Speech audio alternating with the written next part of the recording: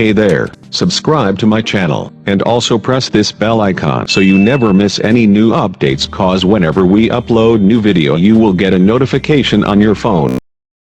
First, you have some time to look at questions 1 to 6.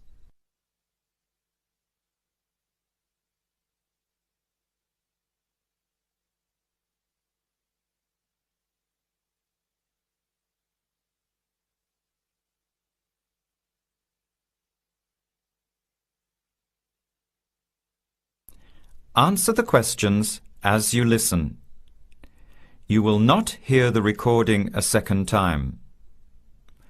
Listen carefully to the conversation and answer questions 1 to 6.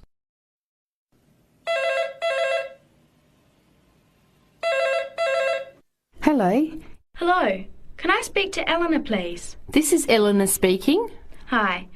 My name is Jan. I'm calling about the car that was advertised on the notice board in the Student Union building. Is it still for sale? Yes, it is. Your ad says it's a 1985 Celica, in good condition. It's old, but it has been well looked after. My family has had the car for 10 years. I'm just the third owner and my mother had it before me, so we know its history. We've got all the receipts and records. It's had regular maintenance and the brakes were done last year. It runs really well but looks its age. Why are you selling it, by the way? Well, I'm going overseas next month to study. I'll be away for at least 2 years, so I have to sell it. Unfortunately, it's been a good car. You want $1,500, is that right? I was asking $2,000, but since I need to sell it quickly, I've reduced the price. Would you like to come and take it for a drive? I don't live far from the university. Yes, I'd like to have a look. What time would suit you? Any time this evening is fine. Well, I finish classes at 6 o'clock. How about straight after that? Say 6:30? Great, I'll give you directions. When you leave the main gate of the university, turn left on South Road and keep going until you get to the Grand Cinema. Take the first right, that's Princess Street. I'm at number 88 on the right. So it's 80 Princess Street. No, it's 88 Princess Street and the suburb is Parkwood. You'll see the car parked in front. It's the red one with the for sale sign on it. Okay, thanks Eleanor. I'll see you later. Bye. Before you hear the rest of the conversation, you have some time to look at questions 7 to 10.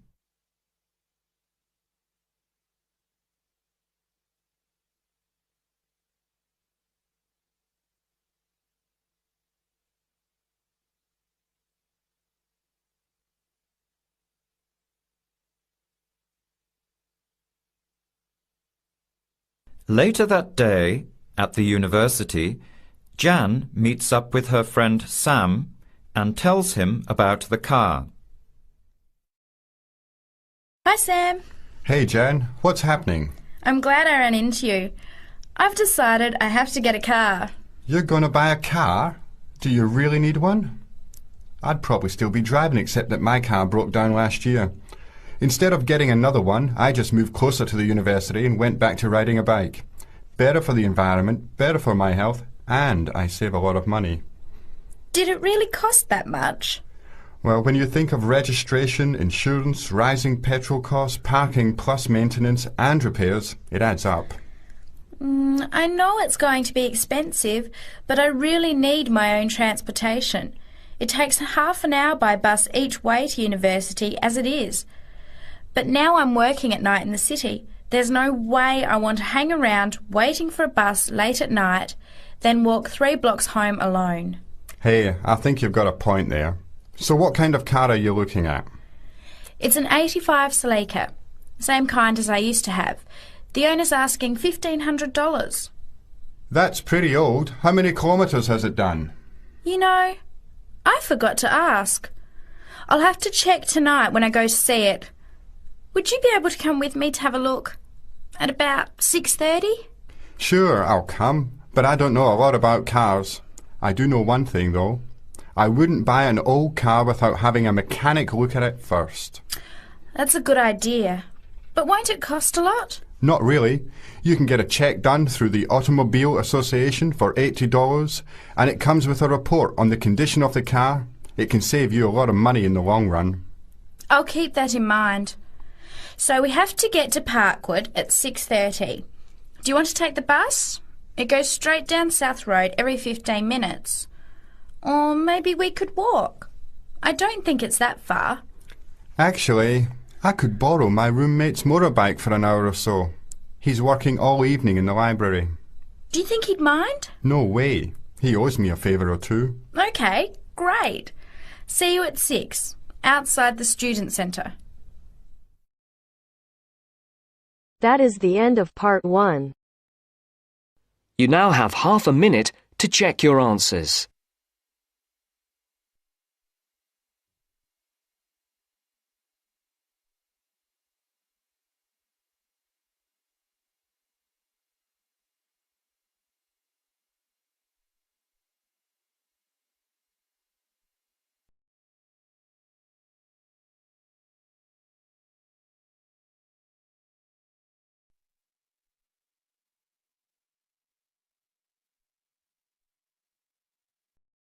Now turns to part 2.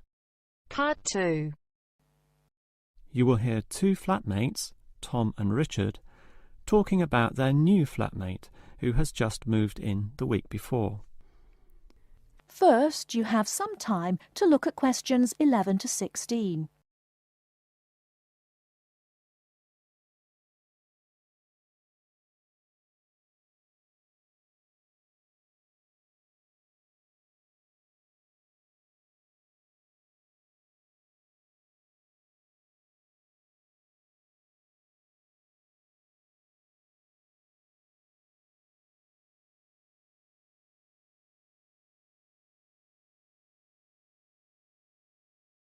Now, listen carefully and answer questions 11 to 16.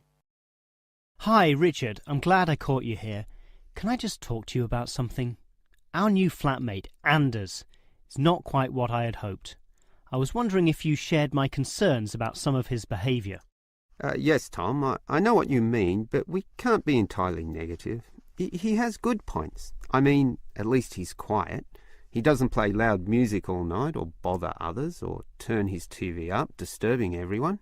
Sure, he's quiet, but remember our last flatmate? He'd say hi to you and smile and treat everyone politely. In comparison, this new guy is very impolite. He just grunts in reply and sometimes ignores me altogether. I guess that's just his way. You know, just his character. I don't think he realises he's being impolite, and it shouldn't matter to us too much. We can just ignore him too and quietly live our own lives. But his friends are hard to ignore when they visit. I know what you mean, but how often does that happen? I rarely see them, maybe once or twice a month. If they came more often, it might be a problem, but as it is, such rare visits don't matter so much. Wouldn't you say so? Well, I'm not sure, since it's very obvious when they're here because of all the cigarette smoke in the house. It stinks up the place, and you know we don't allow smoking on the premises. Well, I've never seen them doing this. Maybe they do it outside. Perhaps we can talk to Anders about it. Always remember, though, in one respect, he's a good tenant, and it's the most important aspect. The previous flatmate would always pay the rent late. I know what you're going to say. This guy pays promptly. But there's more to being a good tenant than prompt payment. I mean, you need to turn off the TV, clean up your dishes, dress respectably, be polite, and so on. I guess what I'm saying is that, basically, you need to cooperate with the others, and this new guy fails significantly in this respect. OK, I suppose you have a point there. Before you hear the rest of the talk, you have some time to look at questions 17 to 20.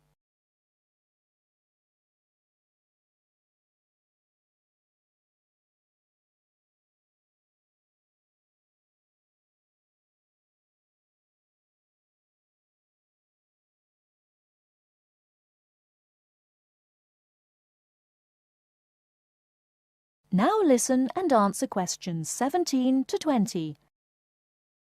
I tell you what, Tom, why don't we talk to our new flatmate Anders about these issues. If we throw him out, we'll have to go to all the trouble of finding another flatmate who might not necessarily be much better. So, let's give the current guy a chance. Here, I've got a piece of paper, so let's make a short list of issues to discuss with him. Get it out into the open. Sure, we'll give him one more chance. So, write communication. And let's tell him to... Well, we can't change a person's personality overnight. So why don't we have a weekly tenants meeting and we can just ask him to attend. That way we can get to know him better. I'll write attend meeting and we can take it from there. OK, but we have to tell him about his friends. They can't just do whatever they want. Write a heading friends and then write don't smoke anywhere, inside or outside. Well, instead of being so direct and possibly causing offence, I'll just write follow rules and verbally mention the rules. TV off by 10 p.m, no loud music or bad behaviour, including smoking. OK, do that, but I still think we need to specifically mention that last issue. You know how I can't stand the habit, so I'd like this to be another and separate point. Cigarettes, strictly forbidden. And it's important to include the strictly here. We can't pussyfoot around too much. Sometimes directness is necessary. OK, I'll write that. Forbidden. OK. And what about cleaning duties? Anders is a little too relaxed about that. Dishes are sometimes not washed, dirty teacups are left around the place, and so on. So, write, must do better. Yeah, again, Tom, he might take that personally and it could cause a scene. I'd rather be general. I'll write must be done and I'll tell him that that's for everyone, not just him. OK? OK, as long as he gets the message. That is the end of part 2. You now have half a minute to check your answers.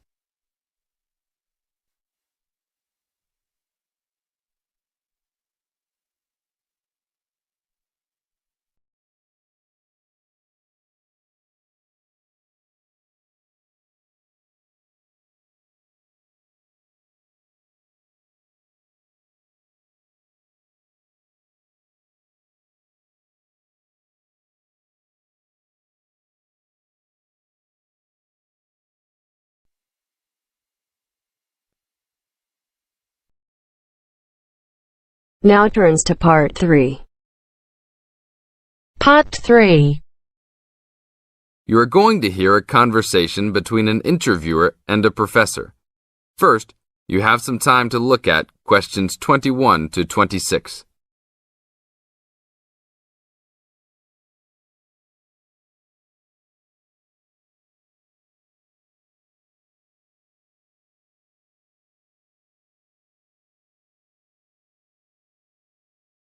Now listen to the tape and answer questions 21 to 26. Today I'm here with Professor Nittick, who is our new university president. He has been a professor for 20 years and teaches many of the best classes on campus. I know many of you have had him as a teacher and know of his brilliance. Good morning, Professor Nittick. Thank you for stopping by the student station. Thank you for having me here. It is always great to get to meet many of the students who are involved with our school. I haven't been here since 2 years ago. Yes, I remember at that time you were still teaching every semester. 2 years later, you're only teaching every once in a while. But it seems like you are still always busy. The administration world is just as busy as the teaching world for you. How do you stay in touch with the university, even with the change in your everyday duties? I try to stay in touch with what is popular with the university students. I usually spend time with as many students as I can. They usually give me insight into what the new concerns and beliefs are for the new generation. On top of that, I try to be as youthful as I can. I consider myself to be youthful, at least for my age. So I always have a good time and try to stay young. I try my best to not just be a teacher, but also participate in university life. Interesting. So, are you still doing lots of academic work, or are you mostly concentrating on administrative affairs? Well, I mostly do administrative affairs now, but that doesn't mean that I still don't have a very deep interest in academic matters. I often visit other campuses around the world and meet other professors in my field. I learn the most by travelling and seeing the different places of the world and the different fields of thought. I even did a television programme last month in Manchester. Will you be on television any time soon then? Well, you can call the television station and see if I will be on television any time soon. Maybe I will be on the news report. I don't think it is really that significant, though. Oh, really? That sounds great. I will remember to look out for you. Let's move on. With all your busy travelling recently, how do you find time for your personal life? I try to keep my university life separate from my personal life. Sometimes it's hard to find time to just take my wife and 3 kids out for a family dinner, but usually we all manage to get together every few days. I'm taking a few weeks off next month to take my family down to South America, to Brazil for a few days. I can't wait to just sit on the beach. Wow, that sounds like a wonderful trip. Professor Nittick, could you tell the audience a little about what goes on in an average day of a university administrator? An average day? Oh, I don't think there is such thing as an average day for me. The last few weeks I've been travelling all the time. I can be in Los Angeles in the morning and in New York by the afternoon and back to Los Angeles by the evening. Sometimes I will spend the whole week at a new university, showing the new administrators the ins and outs of running a university. Sometimes I can spend the whole day in the office on the phone, so there really is no average day for me. I guess that is because I do so many different tasks. Sorry to let all the viewers down, but that is the plain truth. Now look at questions 27 to 30.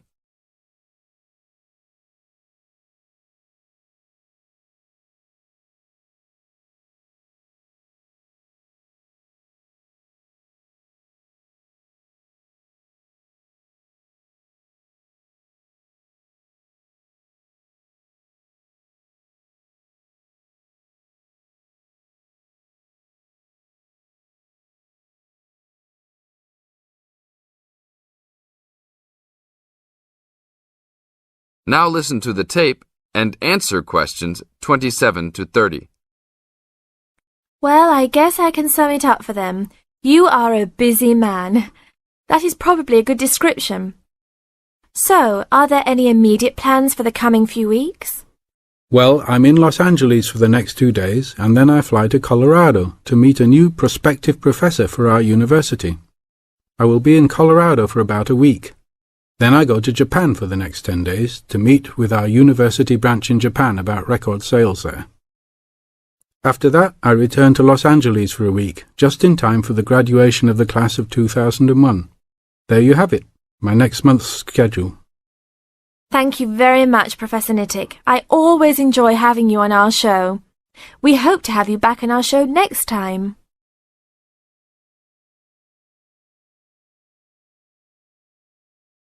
That is the end of part 3. You now have half a minute to check your answers.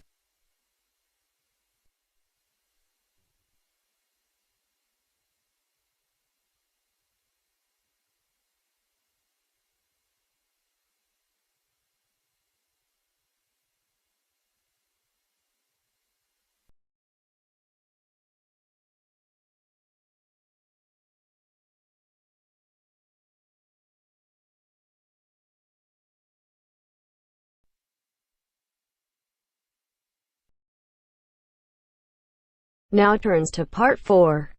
Part 4. First, you have some time to look at questions 31 to 40.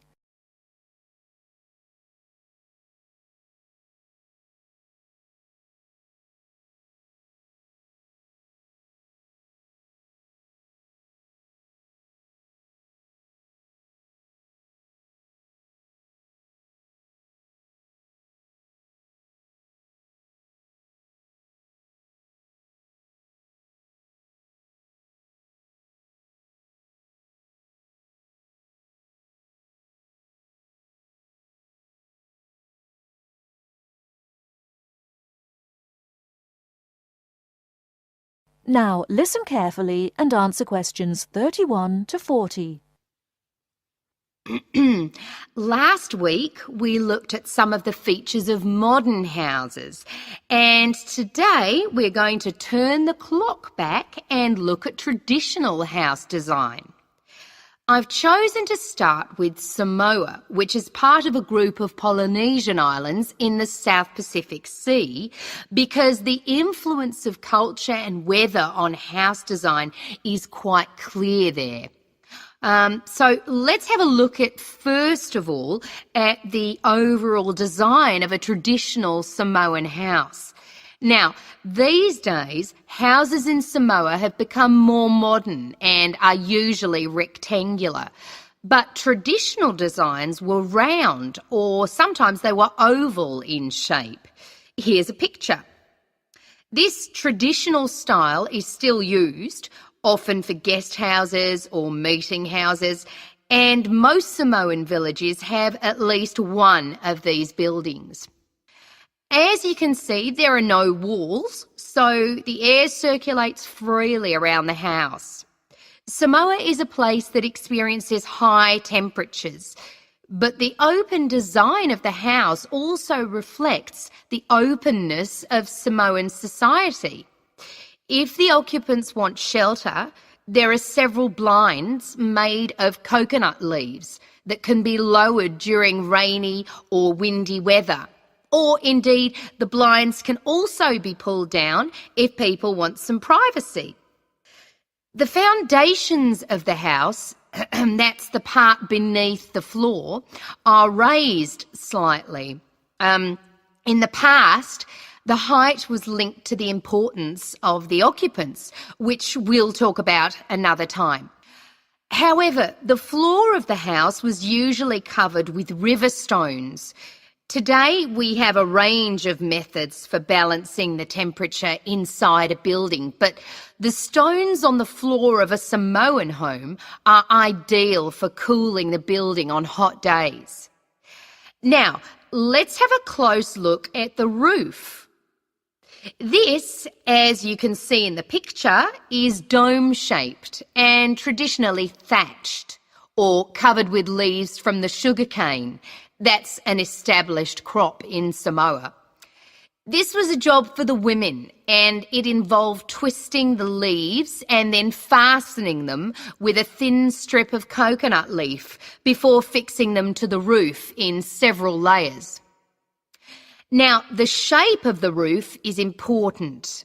You can see that the sides are quite steep, and that's done so that the rain falls straight to the ground without moisture going through the leaves and causing leaks or dampness inside the house. Then you'll notice how high the top of the roof is.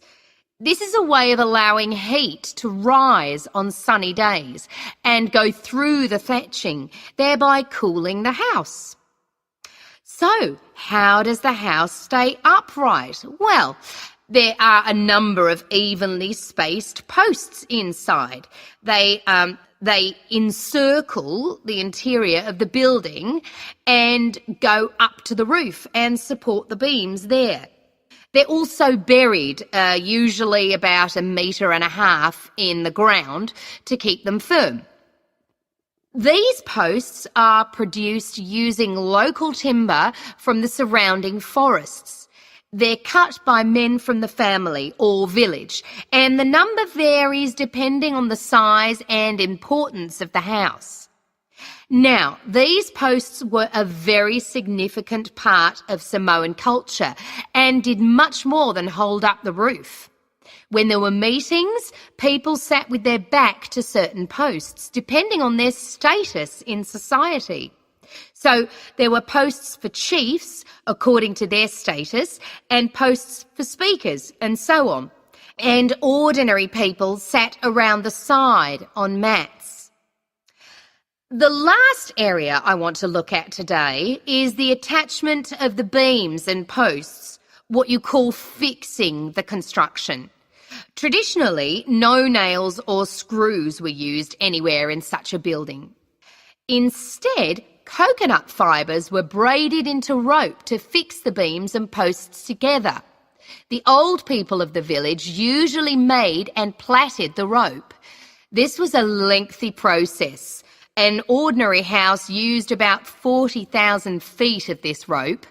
And as you can see in this picture, the rope was pulled very tightly and wound round the beams and posts in a complex pattern. And in fact, the process of tying it to the beams so that it was tight and strong enough to keep them together is one of the great architectural achievements of Polynesia. That is the end of part 4. You now have half a minute